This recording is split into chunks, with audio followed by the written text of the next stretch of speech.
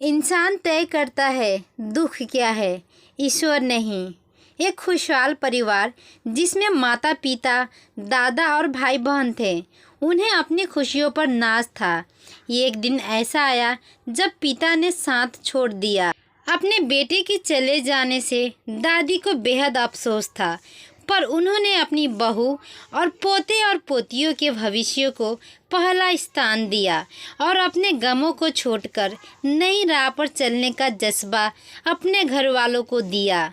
लेकिन 1 साल बाद ही उनके पोते की एक दुर्घटना में मृत्यु हो गई। यह वक्त बहुत गंभीर था, पर इस वक्त में भी दादी और उनकी बहू ने स्वयं से काम लिया, घर की बेटी की ओर ध्यान देते हुए आगे बढ़े। समय के साथ ढलती उम्र के कारण दादी ने भी विदा ले ली। अब घर में बस माँ और उनकी बेटी थी। एक खुशहाल परिवार बिखर गया था। अब बेटी बड़ी हो रही है, जिसके जीवन के अहम फैसले उसके सामने हैं, पर मन में उदासी और बेचैनी है। वजह 14 वर्ष की आयु में पिता और फिर भाई को खो देने की तकलीफ है। पर हमेशा अपनी माँ की सीख पर जीवन में आगे बढ़ती रही। हमेशा एक हंसता हुआ चेहरा लिए ही उसने अपने जीवन को गले लगा रखा था। एक दिन अकेलेपन के बांध टूट गए और उसने भरी हुई आंखों से अपनी माँ से पूछा, माँ, आप हमेशा कहती हो कि हमारी ज़िंदगी बहुत अच्छी है, दुनिया में बहुत तकलीफ़ है, पर हमारे साथ ईश्वर हैं।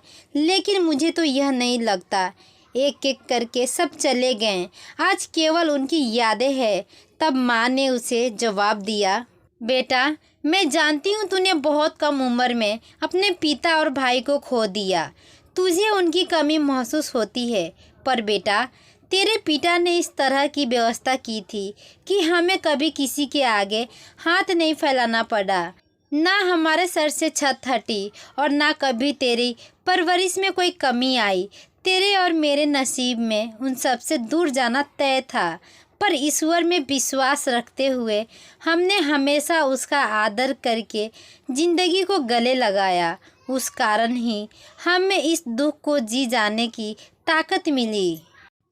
अगर यह हिम्मत नहीं होती तो आज हमारी ज़िंदगी एक अभिशाप बन जाती। कहानी की सीख, खुशी और गम एक ही सिक्के के 2 पहलू हैं और हर एक पहलू ज़िंदगी में दस्तक देता है। बस व्यक्ति को गम को बड़ा नहीं बल्कि छोटा करके देखना चाहिए।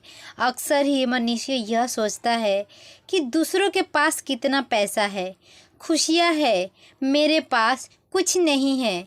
ऐसी सोच हमेशा तकलीफ़ को बढ़ाती है और कामयाबी से दूर ले जाती है।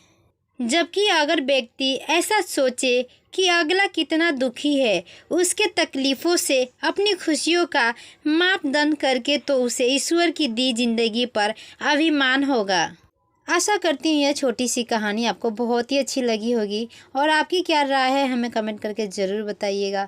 और वीडियो देखने के लिए आपका बहुत बहुत धन्यवाद। अगर वीडियो पसंद आया तो प्लीज़ एक लाइक, सब्सक्राइब, शेयर ज़रूर कीजिएगा। आपकी एक लाइक ही हमें मोटिवेट करती है अगली वीडियो अपलोड करने की। अच्छे रहिए, स्वस्थ रहिए। जय हिंद, जय भारत।